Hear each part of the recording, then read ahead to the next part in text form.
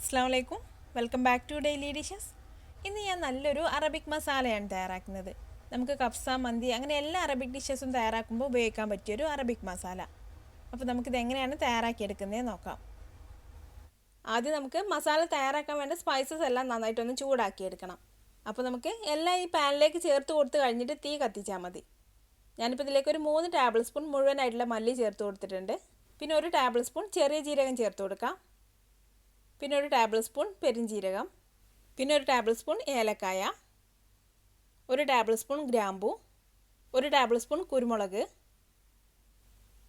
2 കഷ്ണം കറുവപ്പട്ട, 2 തക്കോലം,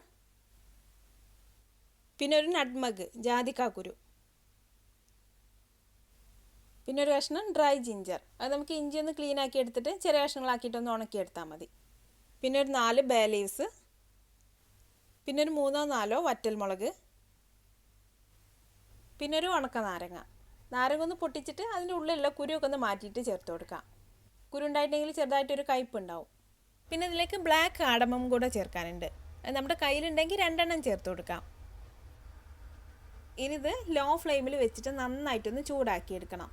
നന്നായിട്ടൊന്ന് ചൂടായി വരുമ്പോൾ ഈ സ്പൈസസിൻ്റെയൊക്കെ ഒരു മണം വന്നു തുടങ്ങും. അപ്പോൾ നമുക്ക് തീ ഓഫ് ചെയ്യാം. ഇതിൻ്റെ കളറൊന്നും മാറാൻ നിൽക്കണ്ട. നല്ലൊരു മണം വന്ന് തുടങ്ങിയാൽ നമുക്ക് തീ ഓഫ് ചെയ്തിട്ട് പിന്നെ ഇതിലേക്കൊരു 1/2 ടേബിൾ സ്പൂൺ മഞ്ഞൾപ്പൊടിയും കൂടെ ചേർത്ത് കൊടുക്കാം.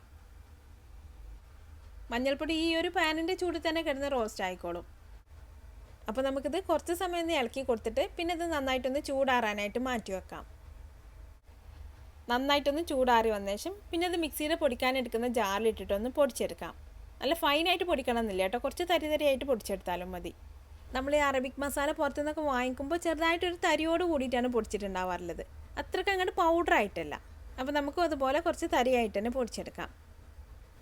ഇപ്പോൾ ഞാൻ മസാലയൊക്കെ നന്നായിട്ട് പൊടിച്ചെടുത്തിട്ടുണ്ട്. ഇനി ഇത് നന്നായിട്ട് ഉണക്കിയെടുത്തിട്ടുള്ള ഒരു കണ്ടെയ്നറിലാക്കി കാറ്റൊന്നും തട്ടാതെ നന്നായിട്ട് അടച്ചു വെച്ചിട്ടുണ്ടെങ്കിൽ ഇതിൻ്റെ സ്മെല്ലൊന്നും പോവാതെ കുറേ കാലം നമുക്കിത് യൂസ് ചെയ്യാൻ പറ്റും. പിന്നെ നമ്മളിത് ഉണ്ടാക്കി വെക്കുമ്പോൾ കൂടുതൽ അളവിൽ ഉണ്ടാക്കി വെക്കാതെ ഇതുപോലെ ഒരു 3-4 പ്രാവശ്യത്തെ ഉപയോഗത്തിനൊക്കെ ഉള്ളത് ഉണ്ടാക്കി വെക്കുകയാണ് ഏറ്റവും നല്ലത്. അപ്പോൾ മന്തി, കബ്സ അങ്ങനത്തെ എല്ലാ അറബിക് ഡിഷസും തയ്യാറാക്കാൻ പറ്റിയ ഈ മസാല നിങ്ങളൊന്ന് തയ്യാറാക്കി നോക്കിയിട്ട് അഭിപ്രായം എന്നെ കമൻറ്റിലൂടെ അറിയിക്കാൻ മറക്കരുത്. നിങ്ങൾക്ക് എൻ്റെ വീഡിയോ ഇഷ്ടമായാൽ ലൈക്ക് ചെയ്യാനും ഷെയർ ചെയ്യാനും കമൻറ്റ് ചെയ്യാനൊന്നും മറക്കരുത്. പിന്നെ അതുപോലെ ഈസിയായുള്ള റെസിപ്പികൾക്കായി ഈ ചാനലൊന്ന് സബ്സ്ക്രൈബ് ചെയ്തേക്കണേ. അപ്പോൾ അടുത്ത നല്ലൊരു റെസിപ്പി ആയിട്ട് വീണ്ടും കാണാം. Thanks for watching this video.